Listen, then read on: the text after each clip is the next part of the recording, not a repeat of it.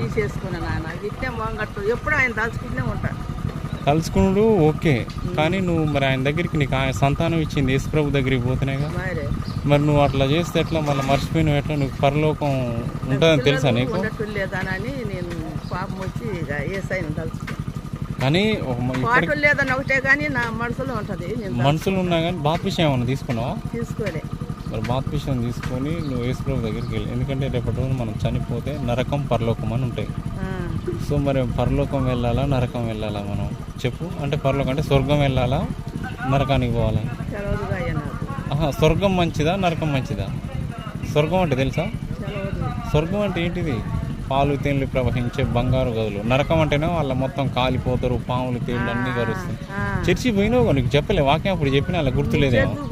ఎప్పుడో అది సూరపేటలో చేసే కడిపోయినా